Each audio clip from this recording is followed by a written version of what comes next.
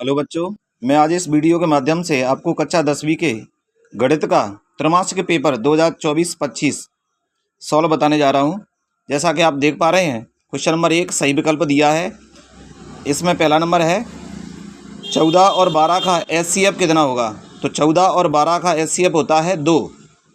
14 और 12 का एचसीएफ 2 होगा। दूसरा है यदि द्विघात बहुपद 2x² - 8x + 6 के शून्य अल्फ़ा बीटा हो तो अल्फ़ा इंटू बीटा का मान होगा। अल्फ़ा इंटू बीटा होता है शून्यकों का गुणनफल, जिसका फार्मूला है C/A। C/A यानी 6/2। जिसे हल करेंगे तो 3 आंसर आएगा इसका। तीसरे नंबर पे A1 B2 ये मिसप्रिंट हो गया है, इसको अपन A1/A2 यहाँ से पक्षांतर करके बना भी सकते हैं। A1/A2 not is equal to B1/B2। ये एक अद्वितीय हल होता है। क्या होगा? एक अद्वितीय हल। 4 नंबर पे दिया है 13, 10, 7 का 30वां पद कौन सा होगा। तो इसमें प्रथम पद 13 है, इसमें सारवंत निकालेंगे तो -3 निकलेगा। फॉर्मूला दिया है अंतिम पद वाला A + n - 1D। तो इसको हल करेंगे तो इसका आंसर -74 निकलेगा। 5वें नंबर पे दिया है यदि द्विघात समीकरण ax² + bx + c = 0 के मूल समान हैं तो समीकरण के विभक्तकर का मान, अगर मूल समान है तो विभक्तकर का मान 0 होता है, इसलिए इसका आंसर पहला है।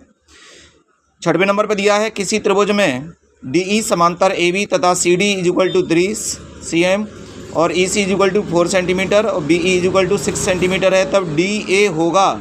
इसे थेल्स प्रमेय से हल करेंगे तो इसका मान 4.5 निकलेगा।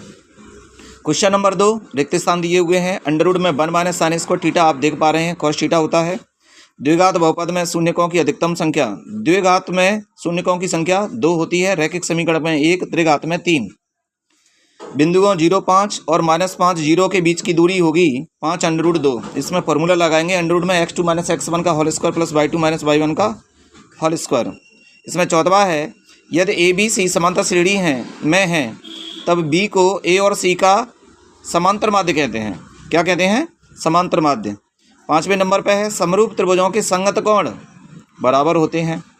√2 एक अपरिमेय संख्या है। अब आप क्वेश्चन नंबर 3 देख सकते हैं। क्वेश्चन नंबर 3 पे जैसा कि आप देख पा रहे हैं सत्य और असत्य दिया हुआ है। एक प्राकृतिक संख्या का अभाज्य गुणनखंडन उसके गुणनखंडों के क्रम को छोड़ते हुए अद्वितीय होता है, गलत है। दूसरा ax + b = 0 एक द्विघात समीकरण है, ये भी गलत है। ये एक रैखिक समीकरण है।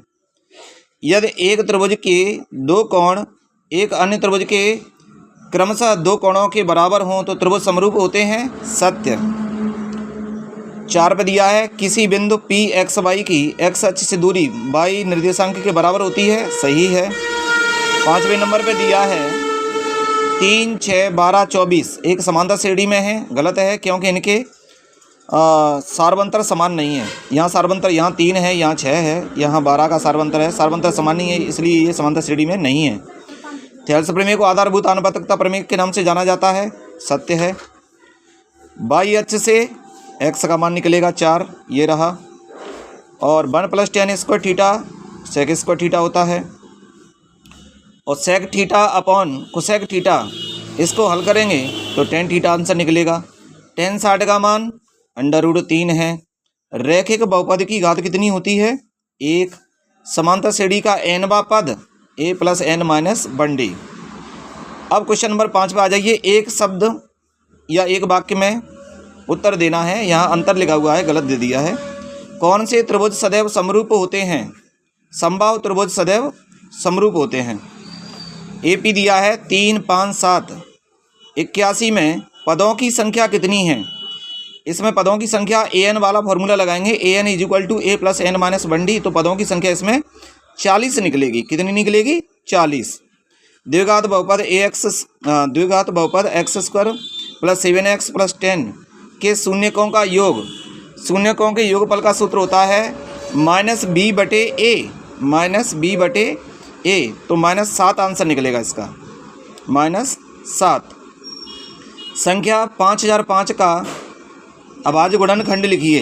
संख्या 5005 का अभाज्य गुणनखंड लिखिए तो इसके गुणनखंड करेंगे तो 5 इंटू 7 इंटू 11 इंटू 13 निकलेंगे।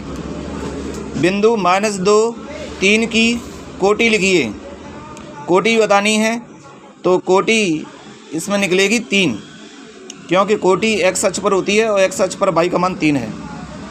tan 90 का मान अपरिभाषित या अनंत कह सकते हैं। जैसा कि आपको बताया गया वीडियो के माध्यम से, ये 5 प्रश्न आपको सॉल्व करके बताए गए। आगे के प्रश्नों को अगले